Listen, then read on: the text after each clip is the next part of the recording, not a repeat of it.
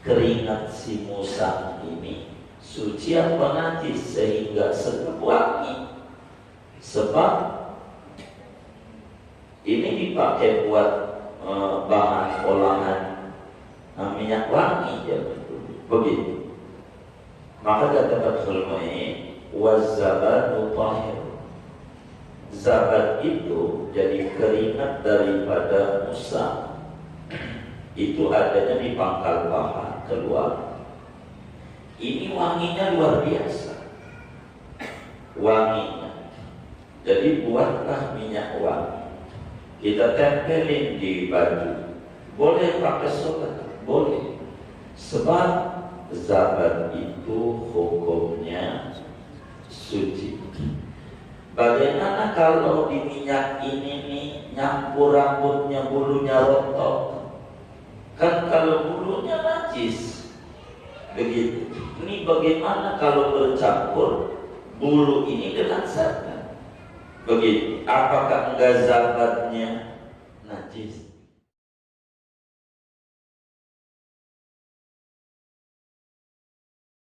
Assalamualaikum warahmatullahi wabarakatuh. Bismillahirrahmanirrahim. Alhamdulillahi rabbil alamin. Wassalatu wassalamu ala sayyidina Muhammadin wa ala alihi wa sahbihi ajma'in. Wa ba'du. Faqad qala al-imam al-muallif rahimahullahu ta'ala wa nafa'ana bihi wa bi barakati ulumi wa ghafara lahu wa li masyaikhihi wa li masyaikhina amin. Waz-zabadu tahirun, dan adapun minyak daripada minyak wangi daripada musang, yaitu hukumnya suci. Zabat itu suci. Wa yu'fa an qalili sya'rihi, dan dimaafkan dari sedikit rambutnya atau bulunya zabat.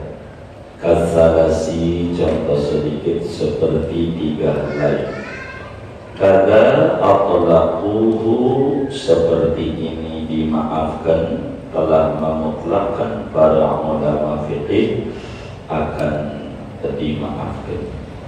Walam yubayyinu anna al-murada al-qalilu fil ma'khudi lil istimar. Walam yubayyinu anna al-murada al-qalilu fil ma'khudi lil istimali aw fil ina'il ma'khudi minhu. Dan tidak menjelaskan para fuqaha akan bahwa yang dimaksud yaitu sesuatu yang sedikit pada yang diambil untuk dipakai atau pada wadah yang diambil daripadanya.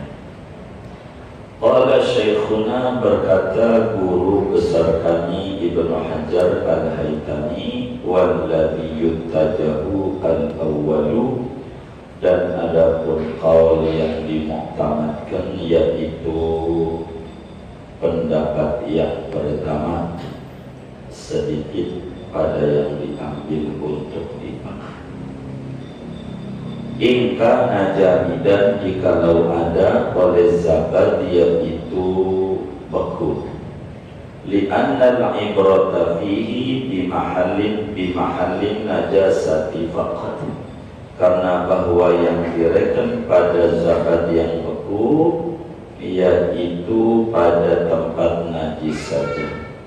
Fa in kasurat fi mahallin wahidin lam yu'fa anhu, maka jikalau banyak oleh najis pada tempat yang satu, maka tidak dimaafkan daripadanya, daripada tempat yang banyak najisnya itu. Wa illa, kalau tidak banyak mufiya, maka dimaafkan oleh tempat yang banyak najisnya itu.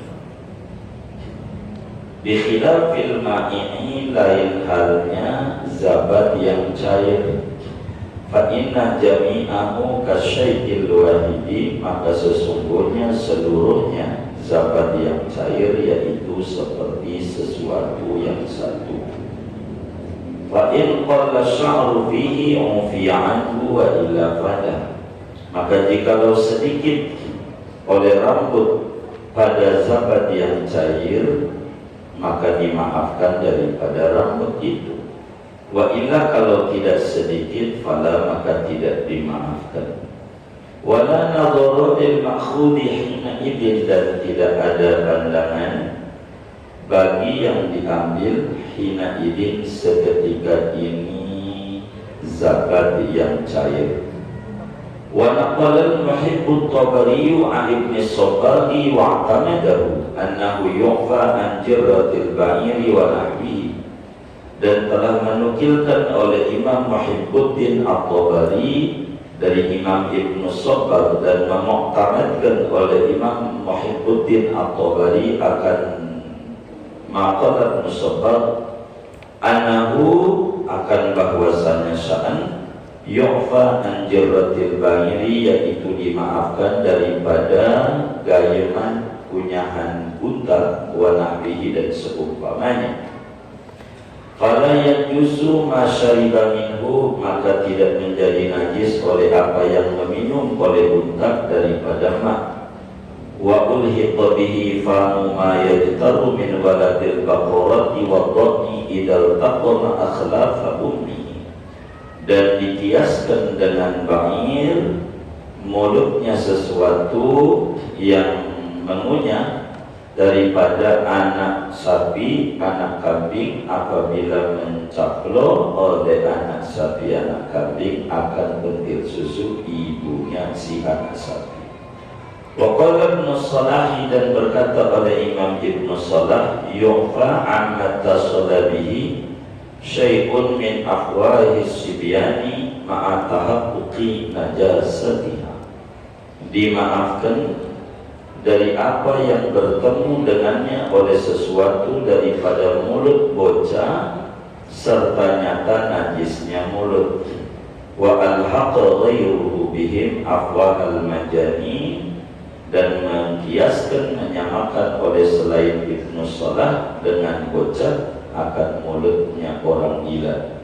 Wa jazama bihi Zarkasiyu, dan memastikan bihi dengan suci, dengan dimaafkan Az-Zarkasiyu oleh Imam Az-Zarkasi. Wa kamaitatin wallahu a'lam bishawab. Bapak Ibu saudara-saudara sekalian, kajian kita malam hari ini masih berbicara najis-najis yang dimaafkan.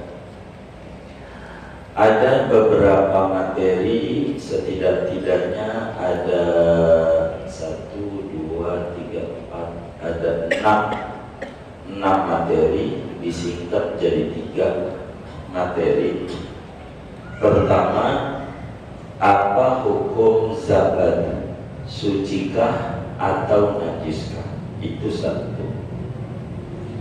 Kedua, apa hukum gayeman atau gayeman, ya, sapi itu perut besarnya 2, udah ditelan dikeluarin lagi, apa bahasa Betawinya? Gayem juga, baik, bisa dipahami. Apa hukum gayeman ini, dan mulut si sapi atau unta atau kambing ini ketika minum air di ember, apakah air ini jadi najis ataukah jadi suci yang udah kena mulut sapi yang habis menggayam, yakni yang dikeluarkan dari perut besar, kalau disingkat gitu. Ketiganya, bagaimana kalau sampai mulut bayi itu yang habis gumoh, habis muntah, najis, lalu nyaplok tete ibunya mau sholat, apa perlu dibersihin dulu itu susunya atau tidak? Kalau disingkat 3 materi, nanti ada turunannya banyak. Yang pertama tentang zabat. Wa zabatu tahirun, zabat itu hukumnya suci. Apa nih zabat? Zabat itu ada dua makna. Yang pertama, makna zabat itu sebagaimana dijelaskan oleh Imam Ibnu Hajar Al-Haytami dalam Tuhfatul Muhtajnya, makna zabat itu adalah susu daripada hewan laut yang bisa dimakan. Namanya hewan itu zabat. Ada susunya, wangi baunya, putih kayak susu. Itu satu tafsiran zabat. Yang kedua adalah zabat itu minyak misik. Jadi minyak kayak misik. Kalau misik itu biasanya dari manjangan, ini dari zabat, dari musang macamnya. Paling banyak binatangnya itu kitus zabat itu di Afrika, di Asia, di Mauritania itu banyak sekali hewannya. Jadi kayak musang hewannya, kata orang kampung sembarangan. Itu biasanya nanti di pangkal pahanya itu kalau udah keluar keringat, baunya wangi. Nah ini buat kita pewangi baju. Nah ini nih keringat si musang ini suci apa najis sehingga sedap wangi. Sebab ini dipakai buat bahan olahan minyak wangi ya, begitu. Maka kata Fathul Mu'in, wazabatu tahir. Zabat itu jadi keringat daripada musang.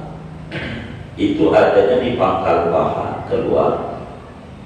Ini wanginya luar biasa, wanginya. Jadi buatlah minyak wangi, kita tempelin di baju. Boleh pakai sholat, boleh. Sebab zabat itu hukumnya suci. Bagaimana kalau di minyak ini nih nyampur rambutnya, bulunya rontok? Kan kalau bulunya najis. Begitu. Ini bagaimana kalau bercampur bulu ini dengan zabat? Begitu. Apakah enggak zabatnya najis? Nah, wa yunfa an qalili syahrihi. Kalau bulu itu dari zabat itu adanya sedikit, itu dimaafkan. Rumus sedikit itu bagaimana? 3 ke bawah. Kalau cuma ada 3 helai nempel di zabat, di minyak misik dari musang ini, ada itunya, ini mau kasih asli, mahal dijualnya. Begitu. Ini kalau ada bulu sedikit daripada musang yang rontok itu dimaafkan. Artinya zabat boleh dipakai minyak wangi buat kita sholat dan baju kita tetap suci, yakni sholatnya tetap sah. Kadang akhlaku, demikianlah para ulama, pakar-pakar hukum Islam telah memutlakan terkait kondisi zabat ini suci dan bulu yang nyampur sama dia kalau dikit dimaafkan, yakni najis yang dimaafkan, sehingga minyak kasturi yang dari musang ini boleh dipakai sholat. Walam yubayyinu, hanya para ulama tidak menjelaskan terkait dimaafkannya. Apakah bulu sedikit yang dimaafkan itu pada bulu zabat yang keambil untuk kita pakai di baju nyangkut sehingga kemudian ini dimaafkan, atau pada wadah waktu ngambil ini zabat, buang keringat daripada musang ini yang wangi ini. Kalau di kita nggak ada ini zakat ini, nggak ada. Mungkin sebagian daerah ada, tapi kalau di daerah di Banten tidak ada ini zakat ini. begitu. Jadi kalau umpamanya di wadah, apakah ketika ada 3 helai bulu ini yang dimaafin yang sedikit ini pada wadah, ataukah pada pemakaian? Ini para ulama tidak menjelaskan itu. Ibnu Hajar Al-Haytami, gurunya Fathul Mu'in, mengatakan yang mu'tamad berbicara dimaafkan adalah pada zakat yang diambil untuk dipakai kemudian ke bawah ketarik si bulu itu yang disebut dimaafkan. Cuman masalahnya ini zakat ini ada yang beku, ada yang cair, kayak minyak samin. Ada yang beku, ada yang cair. Bila dia bahan ini beku, maka dimaafkan. Andai kita tarik, kita colek, kita ambil bulunya ke bawah. Sebab apa? Sebab yang di mu'tabar, yang direken di dalam masalah zakat yang beku itu berbicara pada tempat najis saja. Jadi bila ada bulu daripada musang yang melahirkan kasturi ini ke bawah pada zakat, pada minyak itu, maka bulu itu dilihat. Kalau sedikit dimaafkan, kalau banyak fa'id kasurat fi mahallin wahidin lam yufa'an. Kalau banyak bagaimana? Kalau banyak dilihat. Kalau banyaknya itu ada pada satu tempat saja daripada zakat yang beku, maka tidak dimaafkan. Wa illa mufiyah. Kalau tidak banyak, maka dimaafkan. Jadi ada pilihan bagaimana kalau ada bulu rambut musang yang nyampur pada minyak kasturi yang dihasilkan dari musang punya keringat, namanya zabat. Bisa dilihatlah di Google. Kalau pengen tahu zabat bentuknya kayak apa, lihat saja. Jadi kayak musang gitu. Kalau di kita itu banyak, suka diternak. Kalau di Asyuk itu daerah dari Mauritania, begitu. Daerah di Afrika itu banyak sekali. Nah, zakat kalau ada bulu sedikit dimaafin, kalau banyak tidak dimaafin. Kalau banyak, berapa standar dikit? 3 ke bawah. Kalau 4 dan seterusnya itu namanya banyak. Maka tidak boleh si minyak kasturi dari musang ini kita pakai, sebab terlalu banyak daripada rambut ini sehingga najis yang tidak dimaafkan. Bagaimana kalau zakatnya udah cair, enggak beku? Kalau udah cair mah udah seluruhnya sama seperti satu, sama seperti hukum minyak samin. Kalau kejatuhan bangkai tikus, kalau beku diambil aja bangkai tikusnya, najisnya, lalu sekitaran najis dibuang, sisanya Tapi kalau udah cair mah kena bangkai itu mah seluruhnya najis. Itu begitu. Bagaimana kalau yang cair ada rambutnya?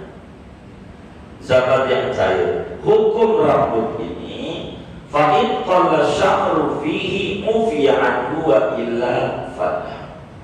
Kalau zakat yang cair ini terkait zakat yang cair, kalau bulu itu sedikit sama seperti yang beku, dimaafkan. Kalau banyak maka tidak dimaafkan.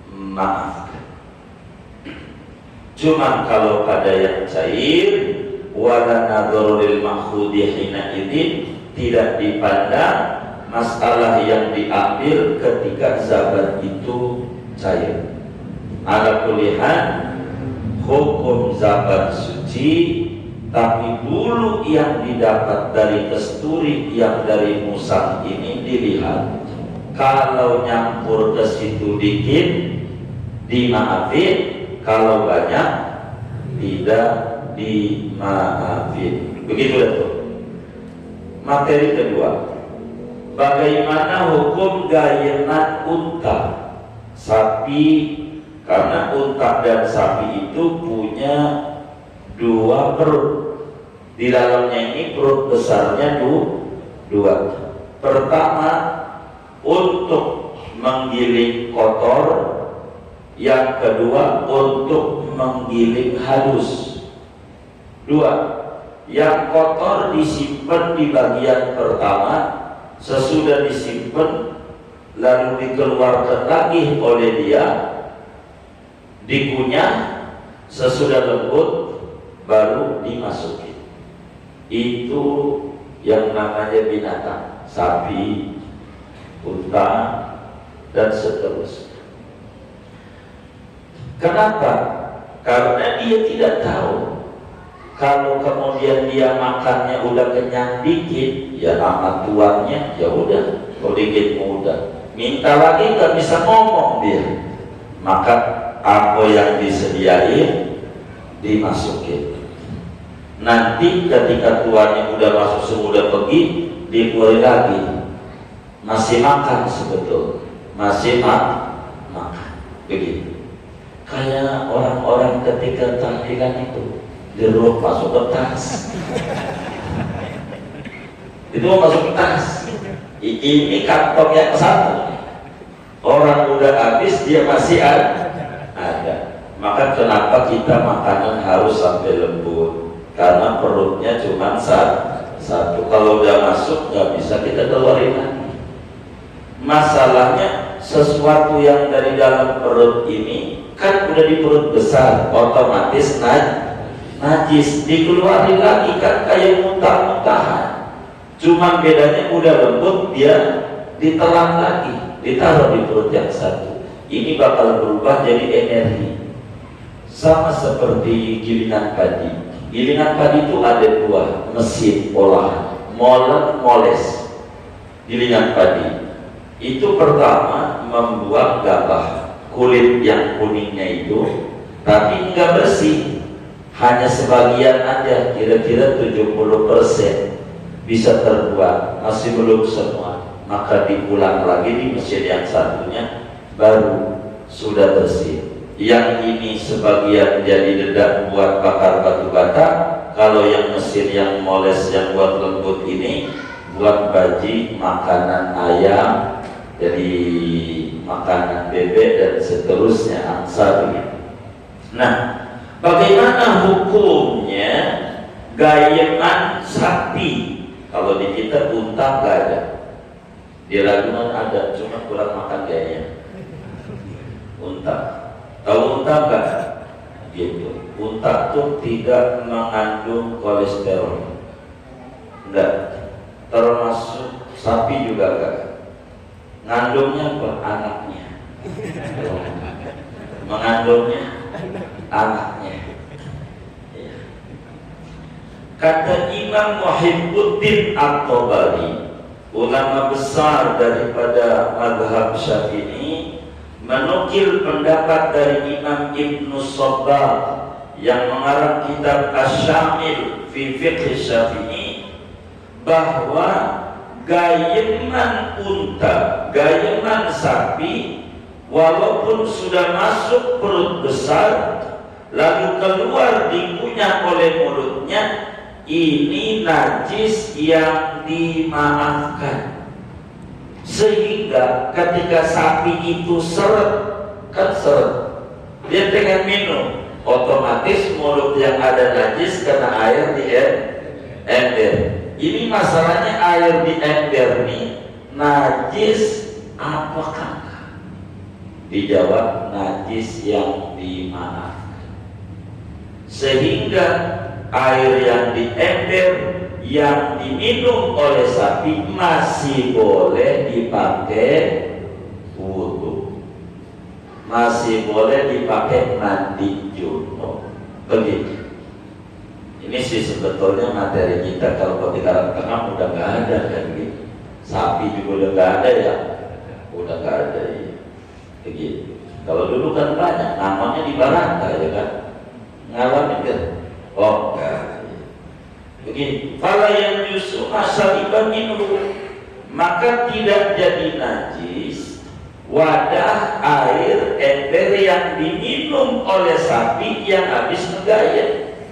Air itu masih bisa dipakai berwudu, masih bisa dipakai mandi, tidak najis. Meski kita hukumi najis mulutnya si sapi karena dia menggayat. Begitu. Lalu bagaimana ilernya? Kadang sapi dia bisa ngiler juga. Yang netes masuk situ.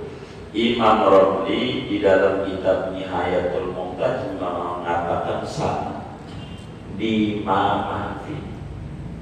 Walaupun itu iler dari perut besar, sehingga air itu masih boleh dipakai wudu untuk sholat. Ini semuanya ngomongin sholat wudu. Lalu bagaimana anak sapi yang mencaplok puting ibunya atau susu ibunya? Kalau si anak sapi ini kan menggayat, sama menggayat, mulutnya najis, lalu mencaplok susu puting sapi, lah putingnya berarti najis. Kalau putingnya najis, maka susu yang keluar dari sapi juga najis, enggak boleh diminum. Ini begitu enggak? Wa ulhiqa bihi famma yajtaru min waladil baqarati dikiaskan. Ilhaq itu disamakan hukumnya sama.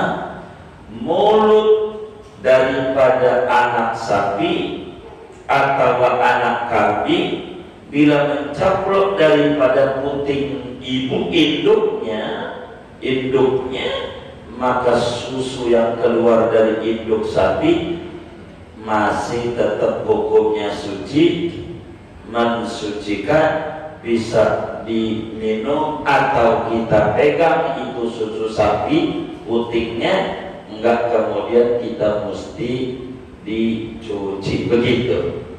Tapi ini jijik, ini namanya bukan hukum gaya hidup, ini bakal berbeda hukumnya. Dua. Ketiga, gurunya Imam Nawawi, yakni Imam Ibnu Shalah. Imam Ibnu Shalah mengatakan, bagaimana kalau si bayi itu bocah suka gumoh, lalu mulutnya bocah kan nggak bisa dibersihkan, nggak dibersihin kumur-kumur bocah bayi, lalu netek di kita, ibunya netek. Sesudah netek itu dia sama ibunya, apakah si ibunya kudu mandi dulu? Karena mulutnya si bayi ini ada gumoh mana najis yang keluar muntahan dari perut besar ini najis. Apakah dimaafin apa tidak? Ketiga, kata Imam Ibnu Shalah, fa'amat tasolah bisyikun min afai sibian. Di hukumnya dimaafin mulut bocah yang nempel di puting ibunya, walaupun mulutnya najis, sehingga ibunya boleh dia sholat tanpa perlu membersihkan dia punya payudaranya. Begitu. Keempat atau turunan dari materi ini, bagaimana orang gila? Orang gila juga sama kayak bocah karena nggak ada taklif. Buat orang gila, begitu orang gila. Orang gila tuh nggak pakai masker, nggak jaga jarak, nggak cuci tangan, baju nggak pakai, makan sembarangan, sehat. Belum pernah saya dengar ada yang terpapar corona. Begitu. Atau barangkali saudara dengar? Oh enggak. Apa suruh gila dulu nih, gak terlalu. Ya begitu saudara. Nah, kata Imam Zarkasi, sama hukumnya mulutnya orang gila.